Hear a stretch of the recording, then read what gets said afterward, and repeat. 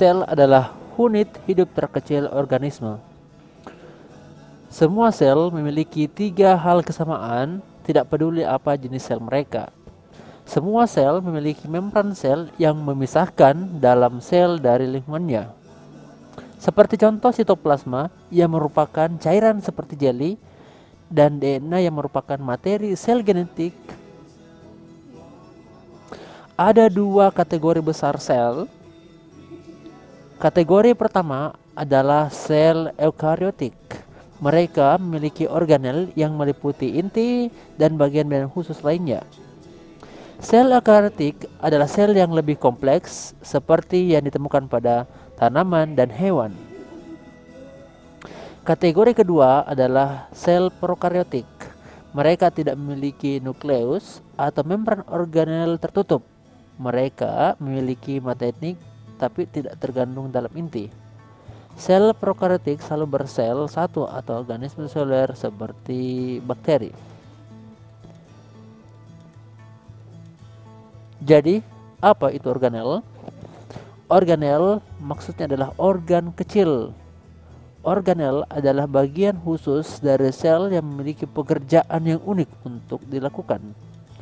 Mari kita mulai dengan inti sebagai pusat kontrol sel. Inti atau nukleus mengandung materi DNA atau genetik DNA yang memerintah kegiatan yang sel lakukan dan bagaimana hal itu akan lakukannya. Kromatin kusut adalah bentuk DNA yang tersebar dalam membran nuklear. Ketika sel siap untuk membelah DNA, memadat menjadi struktur yang dikenal sebagai kromosom. Inti juga mengandung sebuah nukleus yang merupakan struktur di mana ribosom dibuat. Setelah ribosom meninggalkan inti atau nukleus, mereka akan memiliki tugas penting yaitu mensintesis atau membuat protein. Di luar nukleus, ribosom dan sisa organel melayang di sitoplasma yang merupakan substansi seperti jeli. Ribosom dapat berkeliaran bebas di sitoplasma atau melekat pada retikulum endoplasma. Kadang-kadang disingkat dengan RE. Ada 2 jenis RE. RE kasar yang memiliki ribosom yang melekat padanya dan RE halus tidak memiliki ribosom yang melekat padanya.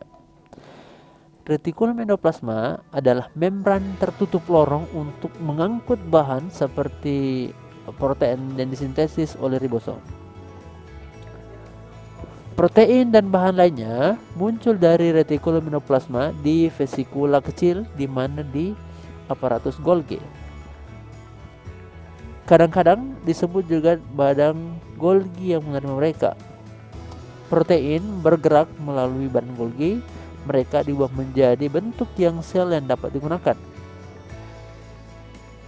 Badan Golgi ini akan melakukannya dengan melipat protein menjadi bentuk yang dapat digunakan atau menambahkan bahan lain pada mereka seperti lipid atau karbohidrat. Vakuola adalah struktur seperti kantung yang menyimpan bahan yang berbeda. Di sini, di tanaman ini, sel vakuola sentral menyimpan air. Kembali ke sel hewan, kita akan melihat organel yang disebut dengan lisosom. Lisosom adalah pengumpul sampah yang mengambil bagian sel yang rusak. Mereka penuh dengan enzim yang memecah puing-puing sampah sel ini. Mitokondria dalam organel merupakan pembangkit tenaga listrik untuk kedua hewan dan tumbuhan sel. Selama proses yang disebut dengan respirasi seluler, mitokondria membuat molekul ATP yang menyediakan energi untuk semua kegiatan sel. Sel-sel yang membutuhkan lebih banyak energi memiliki lebih banyak mitokondria. Sementara sel mempertahankan bentuknya menggunakan sitoskeleton. Sitoskeleton termasuk mikrofilamen seperti benang yang terbuat dari protein dan mikrotubulus yang merupakan tabung tipis berongga Beberapa organisme seperti tumbuhan yang fotoautotrofik berarti mereka menangkap sinar matahari untuk energi, memiliki sel dengan organel yang disebut dengan kloroplas. Kloroplas adalah di mana fotosintesis terjadi, hijau di pigmen hijau yang disebut dengan klorofil. Sel tumbuhan juga memiliki dinding sel di luar membran sel mereka, bahkan bentuk, dukungan, dan melindungi sel dalam pada tanaman. Sedangkan sel hewan tidak pernah memiliki dinding sel. Ada banyak lainnya struktur unik yang terdapat pada sel. Berikut hanya beberapa. Pada manusia contohnya, saluran pernapasan dilapisi dengan sel yang memiliki silia. Ini adalah rambut mikroskopis yang dapat bergerak seperti gelombang. Fitur ini membantu menangkap partikel di udara dan mengeluarkan mereka ketika kita batuk. Fitur lain yang unik di beberapa sel adalah flagela. Beberapa bakteri memiliki flagela. Sebuah flagela atau seperti ekor kecil dapat membantu langkah sel atau mendorong dirinya sendiri. Satu-satunya sel manusia yang memiliki flagela adalah sel sperma. Sebagai kesimpulan, ingat bahwa sel eukariotik adalah sel tumbuhan dan sel hewan dengan nukleus dan organel membran. Sementara sel prokaryotik adalah organisme uniseluler tanpa.